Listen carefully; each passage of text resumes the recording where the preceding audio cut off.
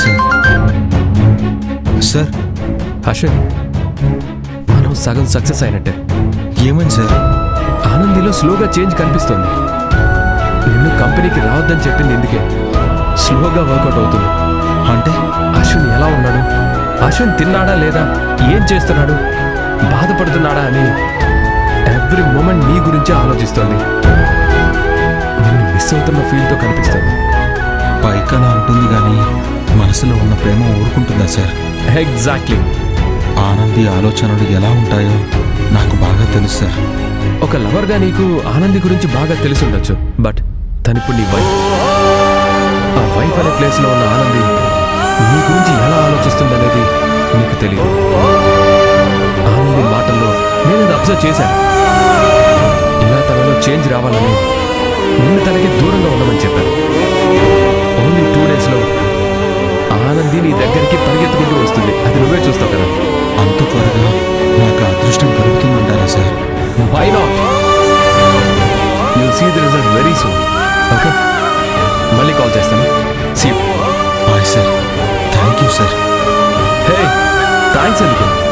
For everything sir. Okay, see you.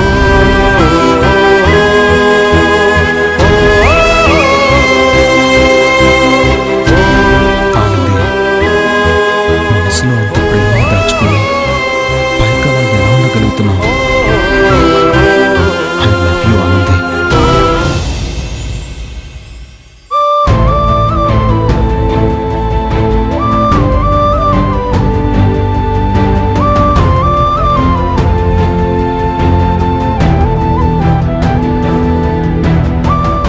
Anandi, రావే lunch చేద్దాం. మీరు తినండి. నీకేమైందే? రా. ఆకలిగా లేదు. అబద్ధం. అవును, ఆకలి లేకపోతే మిషన్ కుడుతూ అన్నిసార్లు మంచినీళ్ళు ఎందుకు తాగావే? దాహం వేసింది, తాగాను. ఆహా, చలికాలంలో నీకంత దాహం వేస్తుందా? ఈ కబుర్లో ఇంకెవరికైనా చెప్పు. రావే ఆనంది. ఒక్కసారి చెప్తే అర్థం చేసుకోవాలి.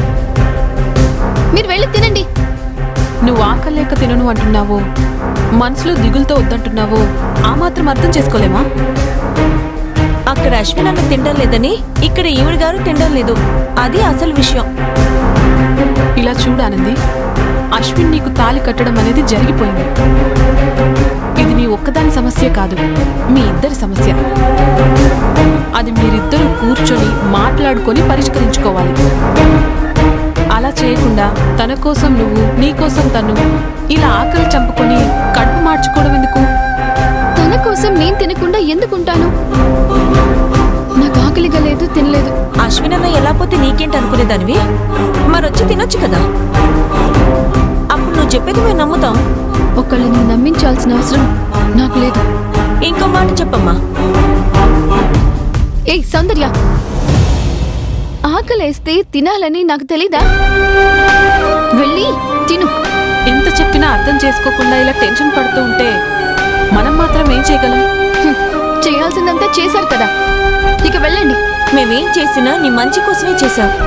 అవునవును, పెనంలో నుంచి తీసి నిప్పుల్లో పడేశారు.